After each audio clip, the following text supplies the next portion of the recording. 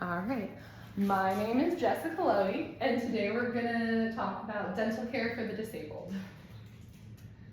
Okay, so I wanna establish first who I'm talking about when I talk about who's disabled. So according to the World Health Organization, as of 2023, 16% of the world population is disabled. So that's 1.3 billion people, 1 in 6 people worldwide. However, according to the CDC, there's 28.7% of US adults are disabled. Yeah, so quite a few people.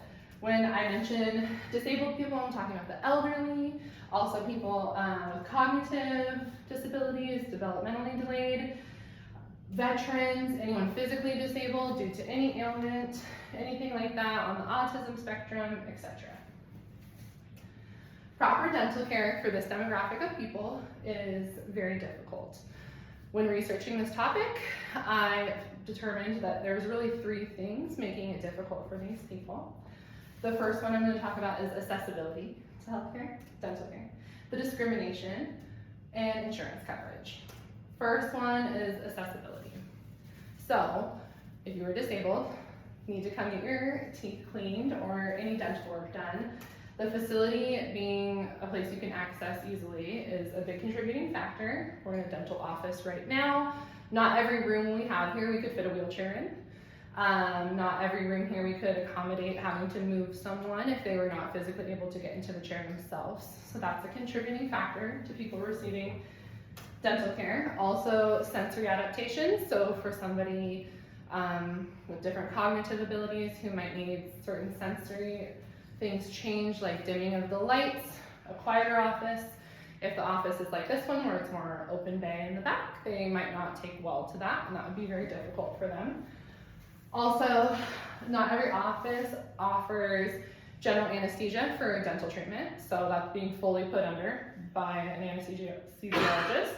A lot of places will outsource that to like a hospital, so then you're on a longer waiting list. A lot of people that are disabled need to go fully put to sleep to have dental work done due to sensory issues, not being able to fully understand maybe the process and be able to tolerate. Also just due to different anxieties, like people that aren't disabled sometimes need general anesthesia, and it's just not something that every office can accommodate. I have some facts that are going to come up on all the screens. They're all from carequest.org. So this one here says that individuals in households that experience disability are twice as likely to have dental anxiety. So again, needing those things to be able to access the care, we would have to be in an adaptable setting for them. Next one is discrimination at the dental office that disabled people might experience. Often patients with disabilities, they have a hard time communicating their needs. Let's say it's an elderly patient with dementia. Maybe they can't recall when the pain started or properly explain things. If the patient is disabled and nonverbal, they might not be able to effectively communicate their pain, and therefore a lot of patients get overlooked, underdiagnosed, overdiagnosed, misdiagnosed. I read an article on Penn Dental Med where they're talking about a Canadian healthcare journalism article where an autistic man permanently damaged his eyeball and is blind in one eye because he was beating himself from dental pain he was experiencing, and he was completely misdiagnosed. And now he has permanent damage from that. So this is something that can be very difficult for disabled individuals, and again, a lack of facilities. So since it's hard to get into these facilities because they're not very accessible, they have discrimination and they cannot access healthcare, so they end up going to the emergency department. So again, the statistic here says that people with disabilities visit the emergency department 3 times more for dental related things than like a typical person would, which is really hard because even though emergency departments are trained to assess pain and issues in the mouth, they often typically give you like a bandage and send you to a dental facility to be treated. So that's kind of difficult if accessing the facility as a whole is hard.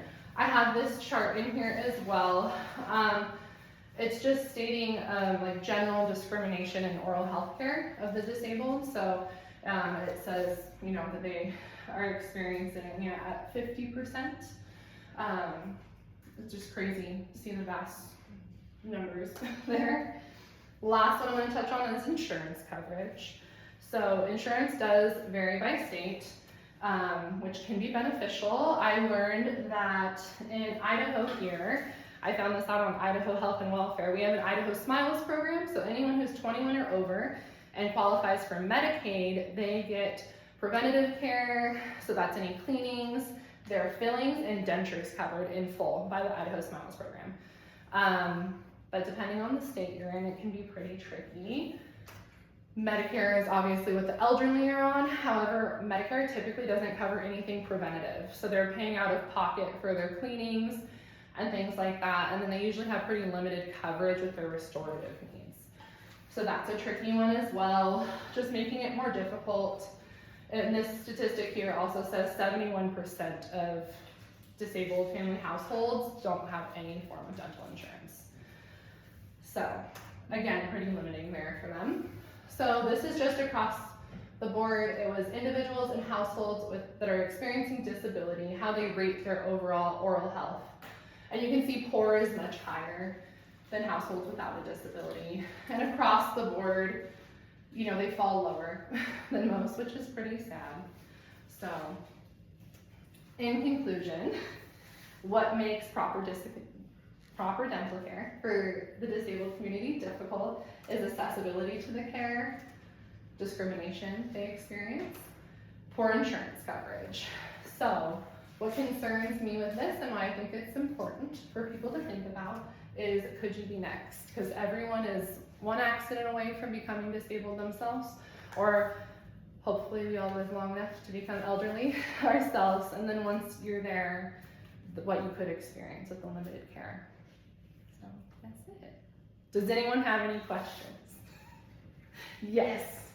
Out of curiosity, due to hearing more about the discrimination, are dental offices implementing any classes for dental assistants and dentists on how to handle those with disabilities? That's a really good question. That's a really good question. And that's something I should look into more, because I know we treat a handful of disabled people here and we kind of just problem solve once they're in the chair, or we rely on their caretaker, whoever brings them in, whoever their aide is with them.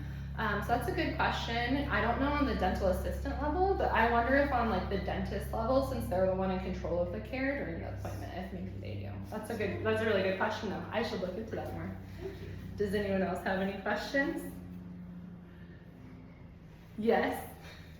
As a mother of a disabled child, do you feel like you've experienced these things in your own life? Yes, so I have a disabled child, which you all know, and he has not been to the dentist in 3 years because it's traumatic for him to go to the dentist. The last time he went to the dentist, he had to have like a metal bite prop in his mouth, and he had to be fully restrained the entire visit. And so he would be one of those people like talking about being fully put under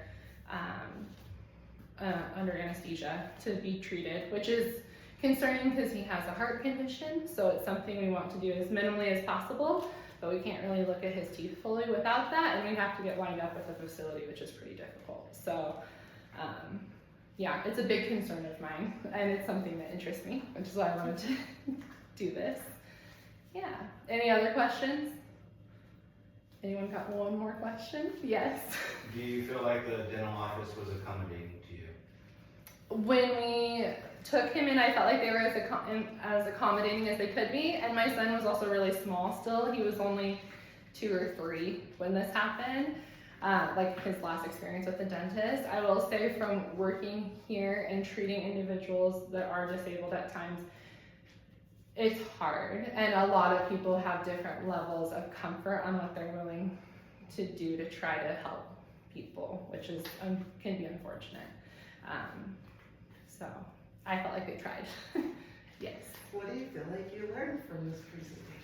I learned that it is something that I think should be talked about more. Just seeing the numbers of how many people are disabled, and including the elderly, and that as well. I think that's something, myself, I always thought of disabled people as like younger disabled people that have physical or, you know, cognitive disabilities, but including the elderly in that, so many of those things overlap each other, and it just makes those numbers go up really high.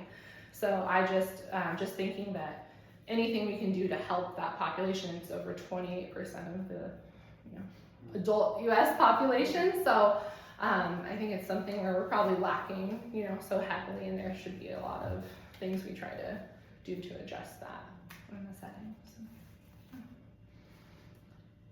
anything else? No? Okay, I'm gonna pan over you guys. Yay! Thank you.